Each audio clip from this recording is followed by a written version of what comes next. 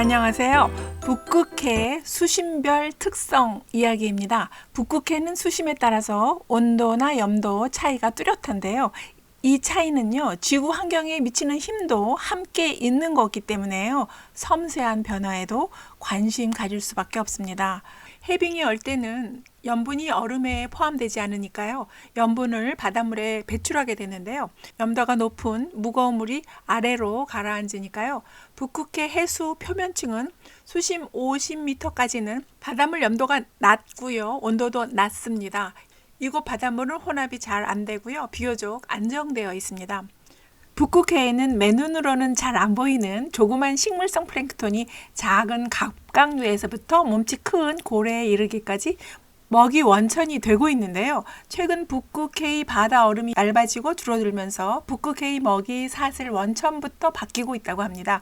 2021년 2월 사이언티픽 리포츠에 보고된 덴마크 오르후스 대학 연구에 따르면요.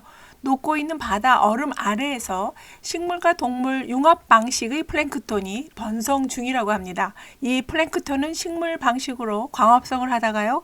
빛이나 양분이 충분하지 않을 때는 다른 조류나 박테리아를 먹으면서 동물성 플랭크톤 방식으로 생존합니다. 이 플랭크톤은 독성을 띠고 있고요. 최근 염도가 낮아진 북극해에서 번성 중인데요. 이 플랭크톤은 빛이 많거나 적거나 상관없고 양분이 많거나 부족해도 번성할 수 있어서요. 생존력 또한 뛰어납니다.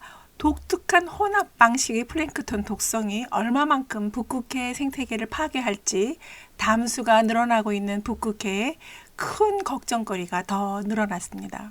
북극해에 담수가 유입되는 건 대륙에서 강물이 흘러들어온 것하고요. 빗물에 의해서인데요. 이 담수는 염도와 밀도가 낮아서요. 수직 혼합 없이 심해의 물 위에 떠 있게 됩니다. 얼음이 녹을 때 베링 해협을 통해 들어온 태평양물은 대서양을 통해 들어온 것보다 좀 더 담수에 가까울 정도로 염도가 낮습니다. 그래서 태평양에서 유입된 물은 표층수가 되어서 대륙붕 위에 떠 있으면서 매우 차가워지면서 해빙에 직접 개입하게 됩니다. 북극해 바닷물은 온도차가 물론 있지만요. 온도보다는 염분 농도가 달라서요. 질량 차이가 큽니다. 상층부 표수층은 염도와 온도가 다 낮은 물이 떠 있고요. 중간층에는 거의 대부분 대서양에서 유입된 물로 채워져 있는데요. 온도가 높고 염도도 높은 물이 위치합니다. 그러니까 염도가 낮은 물은 가벼우니까 다량의 해수 위에 떠 있고요. 염도가 높은 물은 무거우니까 아래에 있는데요. 그 사이에는 염분 농도가 급격하게 변하는 층이 만들어집니다. 이러한 층을 염분약층이라고 말하는데요. 이 염분약층이 염도가 낮은 물과 높은 물의 혼합을 가로막고 있습니다. 원래 수온이 높으면요, 가벼워서 위로 뜨는 거죠. 그런데 북극해에서는 워낙 염도가 높은 물이 만들어지니까 수온은 좀 더 높더라도 염도가 높으면 무거워서 아래층에 있습니다.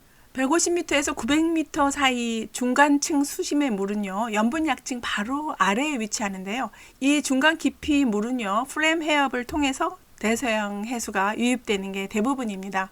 대서양 해수 유입되는 물은요, 북극 해저에 있는 물하고 염도는 같은데요. 수온은 상당히 높아서요. 섭씨 3도 정도까지 올라가 있습니다. 사실상 이 물은 북극해 해수 표면 물보다 더 따스하지만요. 염도가 높아서 상당량의 대서양의 물은 북극해 중간층 수심에 모여지면서요.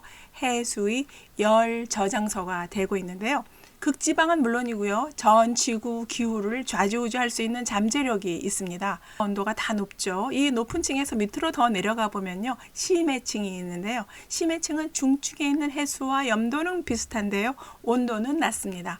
염도가 높고 온도는 낮은, 그러니까 밀도 높은 무거운 물이 해저에 가라앉아서 북극해의 깊은 수심을 채우고 있습니다.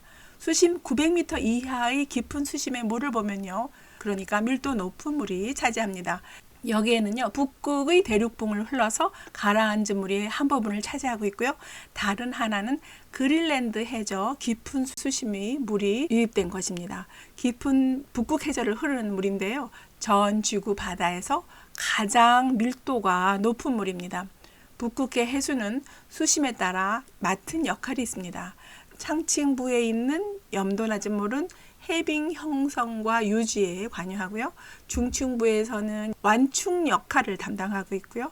저층부에서 염도와 밀도가 높은 물은 해류가 지구 저온 대양을 돌게 되는 열염 순환을 일으키는 힘이 됩니다. 북극해 해수 특성은 수심에 따라서 각각 모두 지구 기후 평형에 중요한 기능을 합니다.